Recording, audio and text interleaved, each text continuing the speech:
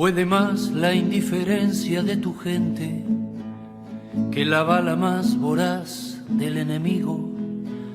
Me pregunto qué pasaba por la mente del infame que te estaqueaba en el frío. Te sacaron de lo hondo de la selva o de algún potrero ingenuo y olvidado. Te sacaron de tu casa y sin abrigo, te largaron en el viento surhelado, te entregaron armas que no conocías, que con suerte cada tanto funcionaban. Y ahora presentamos este espacio cultural llamado Palabras Cantadas, con la presencia de la señora Irene Ventura, a quien recibimos, le damos la bienvenida y ya está con nosotros. Irene, ¿cómo te va? ¿Cómo estás? Muy bien, muy bien. Con este Gracias día por estar aquí. Lluvioso y otoñal. Sí. Pero bueno, nos recibió en este micro las palabras cantadas por Ciro y los persas, héroes de Malvinas, que relata en una forma cruda y real los acontecimientos de esos días. Bueno, hoy traigo en primer lugar una anécdota, ¿no? Algo que me sucede el año pasado cuando visito la Feria del Libro en Buenos Aires por primera vez. Voy con la gente de la biblioteca del Club Esportivo a visitar la Feria del Libro, y en uno de los stands, un stand medio alejadito, no estaba muy concurrido, me empiezan a llamar la atención los títulos, ¿no? Era de la editorial Contexto. Y me llama mucho la atención, no sé si acá se ve. Sí, ahí se está, por lo menos uno está observando y creo que la gente también, ¿no? Sí, este título que dice Los QOM de Chaco en la Guerra de Malvinas. Bueno, no sabía quién era el autor, Juan Chico. Lo compro y ya en el camino de vuelta me puse un poco a ojearlo y me encuentro con este personaje, con esta persona, este autor, el descendiente de QOM, nació en Napalpí en el 77, muy joven, de oficio albañil, pero con una capacidad para escribir, estudiar, historiar, investigar extraordinaria. Lamentablemente nos deja muy joven Juan Chico, en el 21, en junio de 21.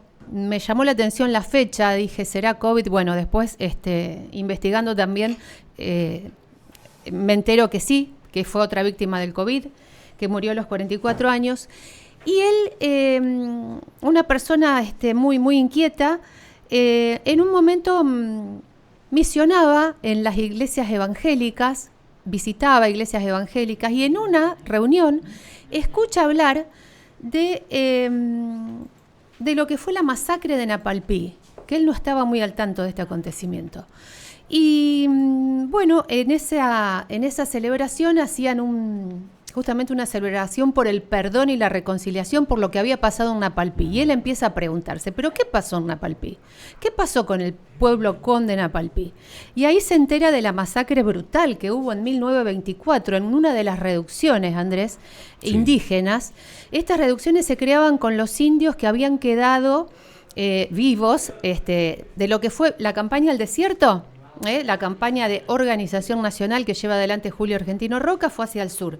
Pero después Sarmiento hace una hacia el norte, hacia lo que es el Chaco, Formosa, donde ahí no los matan a los indígenas, sino que los reducen, porque ya había empezado fines del siglo XIX, 1870 y pico, la ley de inmigración para poblar la Argentina, este modelo agroexportador que empieza a surgir, y entonces se necesita mano de obra. Entonces, ¿ahí qué hacen con los indígenas? Hacen las reducciones, donde los ponen a trabajar primero con unas condiciones bastante, digamos, beneficiosas. Son como reubicaciones.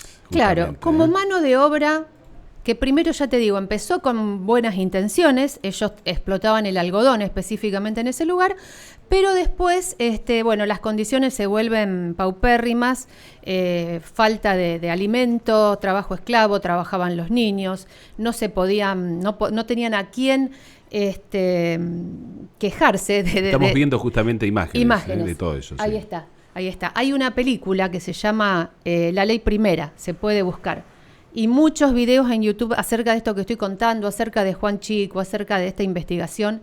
Y ya vamos a llegar a Malvinas, pero primero cuento los primeros libros que escribe Juan Chico acerca de esta investigación que hace, basándose en las voces de algunos sobrevivientes, Andrés, que quedaban unas mujeres de 106 años, 108 años, muy longevas, que cuando pasó lo de la masacre, porque vino el gobierno cuando estos indios quisieron, y utilizo la palabra indios porque Juan Chico la reivindicaba, por eso me doy el permiso de usarla, por ahí en lugar de pueblos originarios, que es lo que más acostumbramos a decir ahora. O a veces decimos aborígenes. Indígenas. Él reivindicaba la palabra indio, así que me voy a permitir usarla en honor a él, ya que lo estoy mencionando tanto.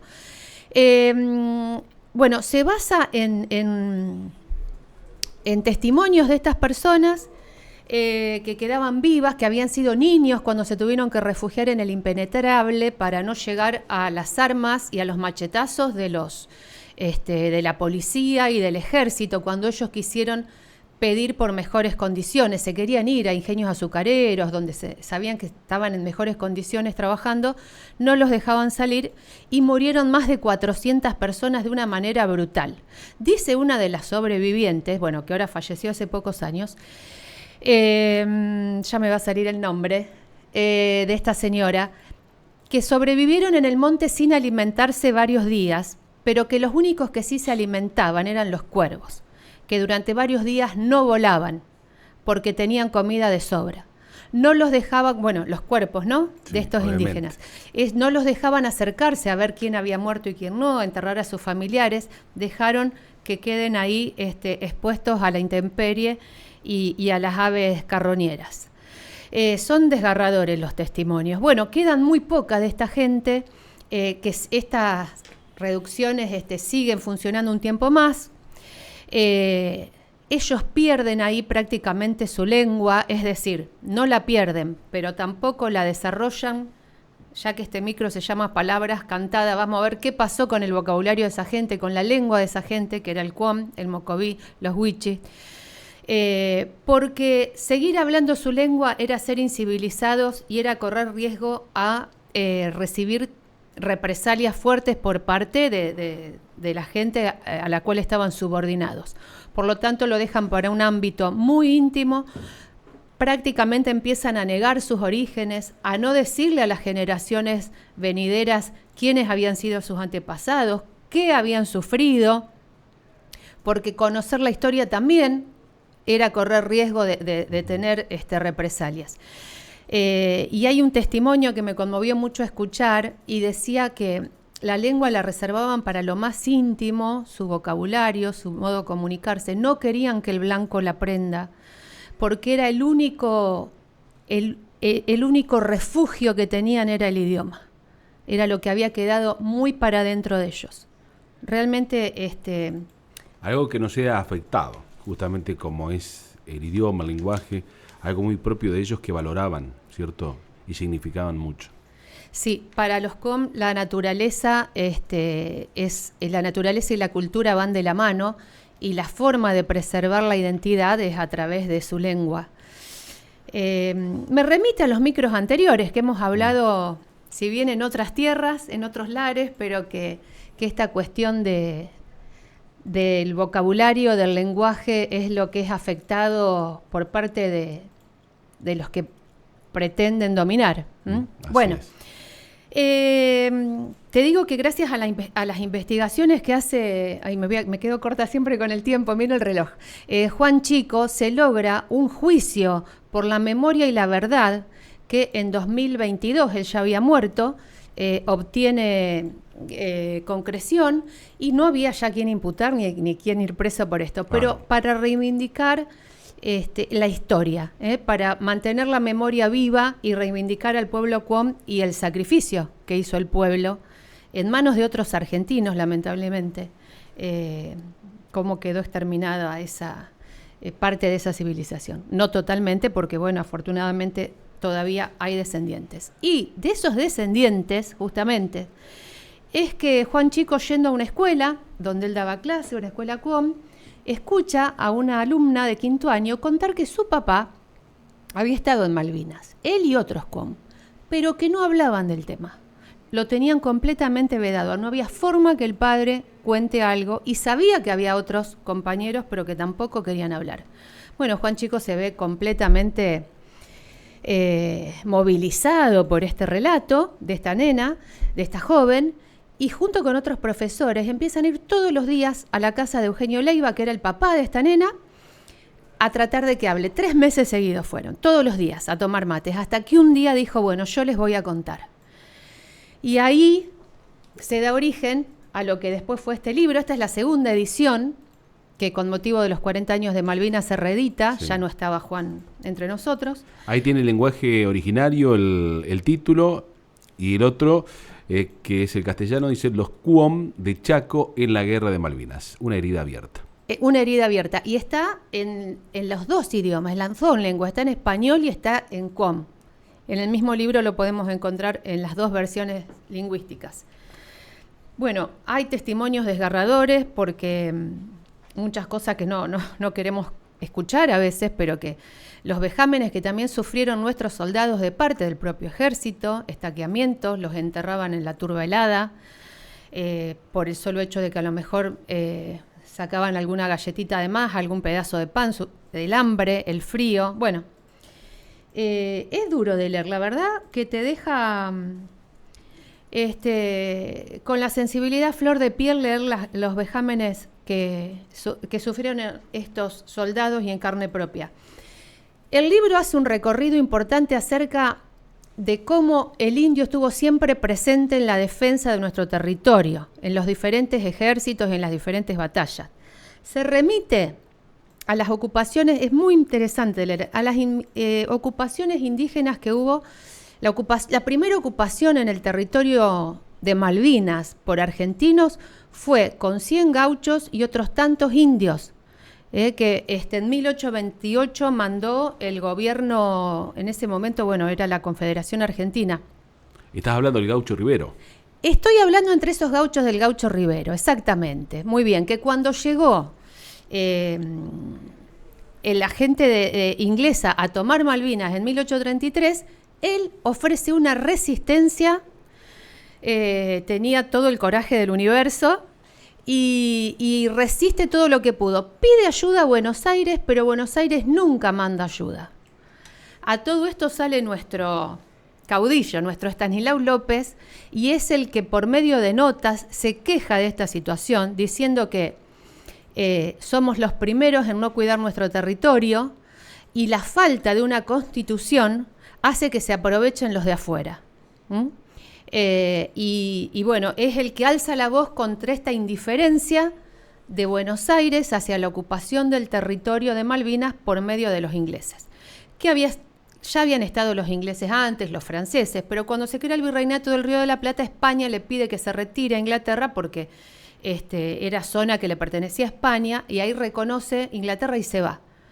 Pero después, con la independencia argentina y este estado siempre irresuelto y nunca bien conformado, Inglaterra aprovecha y vuelve. Y ahí donde el gaucho y estos indios resisten.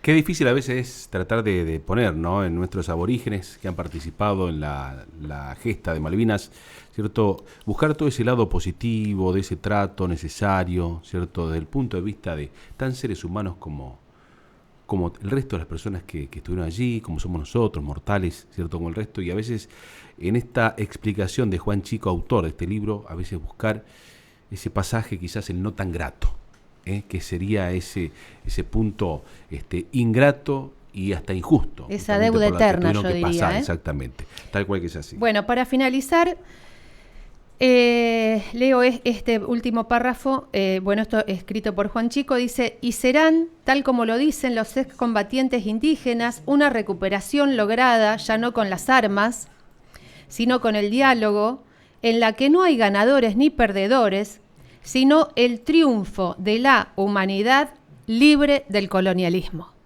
Fíjate vos. Y ojalá sea de este modo que se consiga la soberanía total de nuestras islas. Una idea suprema, sinceramente, que es así. Suprema. Vamos a darle paso ahora en estos minutitos finales, ya directamente, si está ya en línea el señor desde Coronda Rodolfo, Oscar Pipo Rodríguez. Hola Pipo, ¿cómo te va? ¿Cómo estás? Hola chicos, hola gente, buenas tardes. Buenas tardes. Bueno, acá llueve como en la estancia del Mojón, así que... Me imagino, una locura. Tremendo como llueve. Escuchando, prestándole atención a Irene, a lo que está contando. Bueno, como siempre, ¿no? Con temas muy interesantes que hacen que uno pare la oreja, prepare el mate y la radio esté allí al ladito, como cada tarde. Así que cerrá tranquila, Irene, tu micro de hoy, porque la verdad que es muy lindo escucharte y lo explicás muy bien, alma de docente. Ay, gracias, Pipo. Vos sabés que me conmovió muchísimo este tema y prepararlo no fue sencillo. Le contaba a Andrés cuando llegué que un tema me llevaba al otro. Entraba en conflicto yo con las fechas, con los datos, ¿viste? Porque, bueno, hay que tener fresca muchas cosas para llegar a este resumen, que, bueno, espero que haya sido claro. Y me restaría por decir que ellos ya cumplieron con la patria. Los combatientes, los excombatientes, los veteranos de la guerra. Ahora nos toca a nosotros ir a la defensa de nuestra soberanía, concientizando, educando y, bueno, a esto voy a sumar y con esto voy a cerrar que en la reforma de la Constitución que se produjo el año pasado, la Constitución de nuestra provincia de Santa Fe, en el artículo 4, se incluye esta ratificación de los derechos irrenunciables sobre la soberanía de las islas y se propone también una educación permanente sobre el tema. Así que bueno, desde la provincia de Santa Fe y desde la reforma constitucional también seguimos sosteniendo y apoyando la difusión de toda la causa Malvinas. Perfecto. Hermoso, lo explicaste excelente. Gracias. Y bueno, nos quedamos en la tarde, seguimos con la radio, con nuestra radio, con toda la programación, porque nuestra radio San Genaro tiene de todo. Y en un día como el de hoy, donde hay que estar adentro del rancho y cambiar la cebadura cada rato, es bueno que la radio haga esta compañía, ¿no? Con un poquito de todo. La verdad que un paseo por una parte de nuestra historia, hermoso. Te felicito, te escucho siempre y... nos encontramos en 5 minutos. Chau, chicos. Chau, Gracias, Pipo. un abrazo, Con Pipo. todo, ¿eh? Hoy está realmente para tortas fritas, buñuelos, la mejor compañía musical, todo lo que va a proponer ya en un ratito nomás, minutitos, el señor Pipo Rodríguez desde Coronda, aquí por LT23. Gracias por ser parte de otro lunes más, de otra tarde más de lunes con palabras cantadas, Irene. A ustedes, gracias. Muchas gracias.